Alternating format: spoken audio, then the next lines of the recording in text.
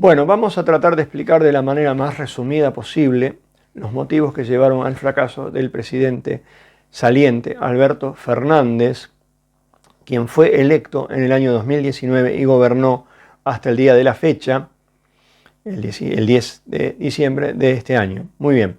Alberto Fernández tiene como vicepresidenta a Cristina Fernández de Kirchner, que es una persona que, si bien es muy querida por muchos sectores de la población, también es muy resistida e incluso odiada por otros.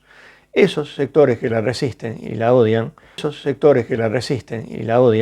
especularon desde un comienzo con que esto era una jugada estratégica de Cristina, es decir, Cristina se mantenía como vicepresidenta, como una especie de poder detrás del poder para seguir manteniendo cierta impunidad respecto de ciertas causas judiciales que le pesan, es decir, una persona que pertenece al Poder Ejecutivo no puede ser enjuiciada mientras está en el cargo, claro está. Si esto era lo que iba a ocurrir, como especulan algunos sectores, no fue lo que ocurrió, porque lo que ocurrió fue todavía peor. Cristina por lo menos tenía experiencia en el cargo ejecutivo y lo que ocurrió fue que se pelearon Alberto y Cristina a tal punto que durante 2 años y medio por lo menos no se hablaron mientras lo era. Entonces, bueno, ese fue, digamos, el primer error que tuvo el gobierno de Alberto Fernández. El siguiente fue que en plena pandemia él le echa la culpa a todos los problemas de su gobierno a la pandemia. Es cierto que una pandemia es un escenario atípico a nivel mundial, eso es verdad.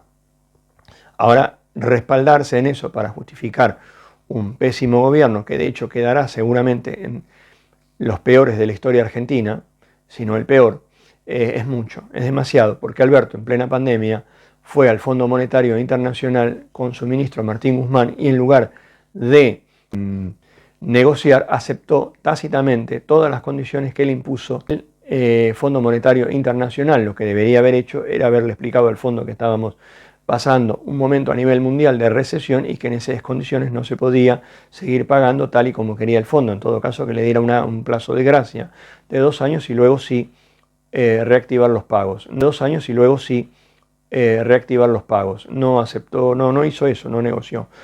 Así como tampoco negoció con los sectores que forman precios en la Argentina, llámese empresarios del sector del supermercadismo, es decir, los supermercados, alimentos, energía, transporte, etc. Nunca intentó hablar para ver si podían llegar a algún tipo de acuerdo para frenar la inflación en el mundo. Muy bien.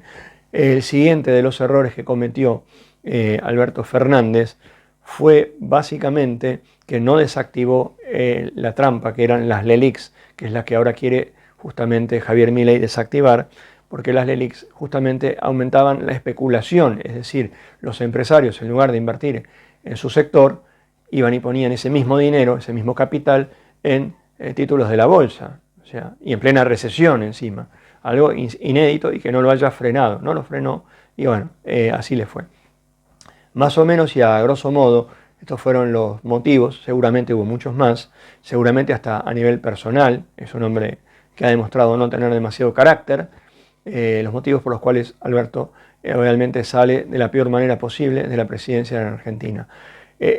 Ahora dice que viene a vivir a España, con lo cual esto también ha caído bastante mal aquí en España porque hay varios motivos. Primero, él va a ir a vivir a Barcelona y en Barcelona hay una colectividad bastante importante de argentinos que la verdad tienen más ganas de insultarlo que de aplaudirlo, con lo cual el gobierno español, ya lo ha dicho Pedro Sánchez, tendrá que ponerle seguridad, es decir, habrá policías de la Policía Nacional de España que tendrán que custodiar a Alberto y su familia para que no le ocurra ningún episodio de violencia. Es decir, a ver, lo voy a decir de otra manera, tenía 290 países para irse a vivir y elige venir a vivir a Barcelona y a España. Bueno, saquen ustedes sus propias conclusiones. Hasta luego.